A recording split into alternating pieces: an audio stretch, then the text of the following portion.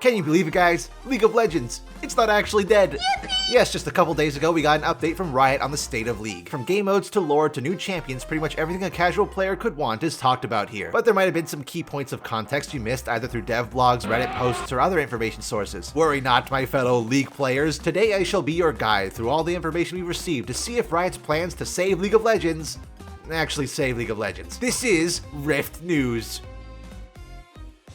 I can't call it that. This is the Rift Report.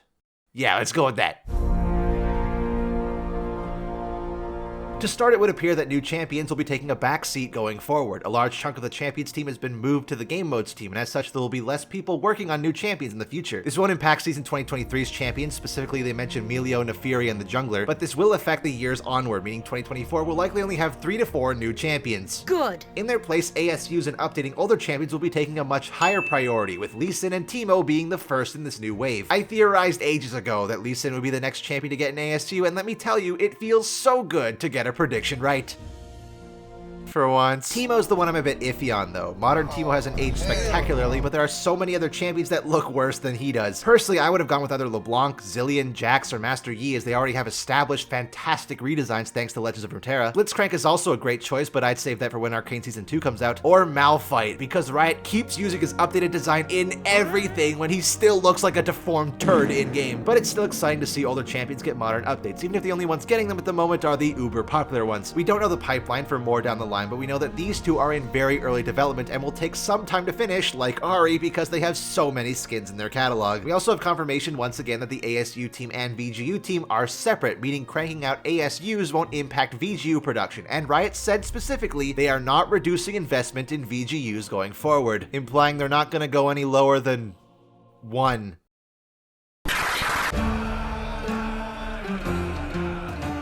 Two important things to note for skins. One is that Riot is looking into updating older champion splash arts, both through porting over some from Wild Rift, like we've seen with Crime City Graves, and through entirely new art, with Rugged Garen being the first of these. Bit strange they didn't use his LOR design, but whatever. Look at the top of his head!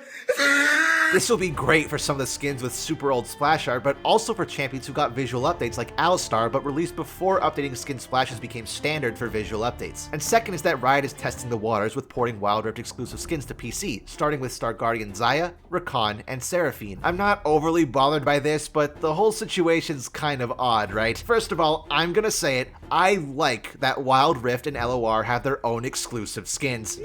Because while I'm sure League players are upset they didn't get their Darkened Renekton or Stargazer Soraka, think of just how many skins we as PC players have that Wild Rift will never have access to. We missed out on 2 variants and 3 new Guardians? Yeah, they missed out on 10. There is no world where Wild Rift ever catches up to League cosmetic-wise, and to that end, I think it's completely fine for them to get their own exclusive stuff. But if they're gonna try and port over skins, then fine. I do think Redeemed Xayah and Rakan specifically were a bit odd to be Wild Rift exclusive in the first place, but if you're gonna port over the Wild Rift Guardians, why are they not bringing over Orianna and Senna as well? Is it because they're not treated as valuable? I find that hard to believe. Senna is very popular. Is it because it would take too much effort? I find that hard to believe. Wild Rift legendaries have significantly less voice lines, so they have to make more for these guys. Is it because the Sarah stands complain louder than everyone else?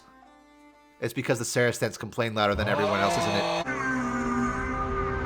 With the migration of Rioters from the Champions team to the Game Modes team, we should also be expecting an increase in game modes soon. Not now, but, you know, they're working on them at least. Rotating game modes are on hold while the new team works on the 2v2v2v2, so we won't see URF, AR URF, One For All, or Ultimate Spellbook until after summer of this year. And honestly, I'm fine with that. Between PBE cycles and all these events, last season URF was available for nearly a third of the entire year, so I've had my fill. Oh no. But as for this new game mode, here are some key details for how it's going to work. The game is structured as 4 teams of 2 fighting each other deathmatch style. It's going to be on a new map, or at least a heavily modified version of an old one, and between rounds, champions will gain items, levels, and special powers via a randomized augment system. Some of these augments are more generalized, like gaining ability haste or increased healing, but some are champion specific. Silence auto-casting Lissandra's W every 5 seconds, Echo turning into a ranged champion, and Kai'Sa gaining Kog'Maw's passive.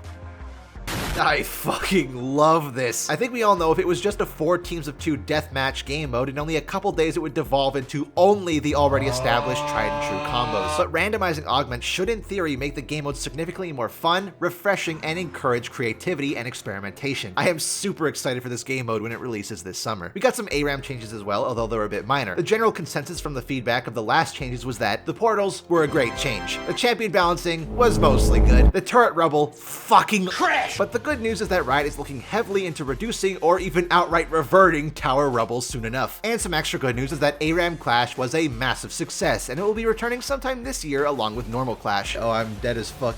Oh no! And lastly for game modes is that Nexus Blitz is still slated to make a return, but since the priority for the game modes team is set on the 2v2v2v2, we probably won't see it until fall or even winter of this year. Oh, okay.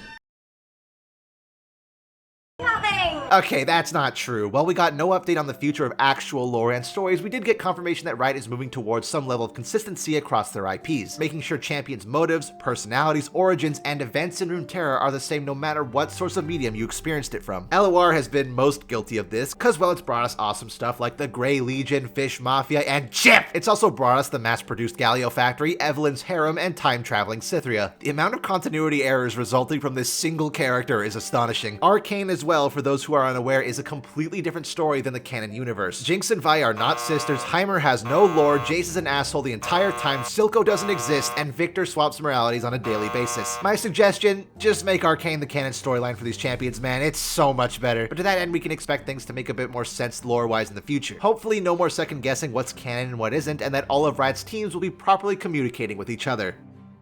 I did say hopefully. The biggest miscellaneous change was obviously the Blue Essence, and I was going to have some long-winded segment talking about the champion price changes, how you're going to save more Blue Essence overall, it's going to be easier for new players to afford champions, and you'll be able to tell which champions are more difficult based on their price, but who cares about all that? Jhin is the only champion in the game priced at 4,444 Blue Essence, what else do you need? Okay, maybe Singed being designated as 2 difficulty tiers higher than Yasuo is pretty funny as well. Lastly, a few other small things. You'll now be able to gain Mastery 6 and 7 tokens on ARAM, thank God! Ranked LP gains on average are going up. Ivern is slated for a mini rework, update, mid-scope, something or other, which is nice, but please don't remove the ability to control Daisy, thank you very much. There was no word on future CGUs or how successful ASOLs was, and finally that Riot Forge is in fact still alive. Song of Nunu's releasing this winter, Convergence this summer, and Mage Seeker, a brand new action RPG starring Silas, is releasing this spring. Well, that does it for today's Rift Report. What do you fellas think of Riot's plans for the future? Are you excited for what's in store, or are you disappointed in the direction the game's taking? Be sure to let me know down in the comments below. Knowing my style of editing and the time it takes me to make these, this video will probably release by the time this news is already dead and stale, but I hope it was entertaining enough that you lads enjoyed it anyway. That's all for me, fellas. I'll see you in the next video.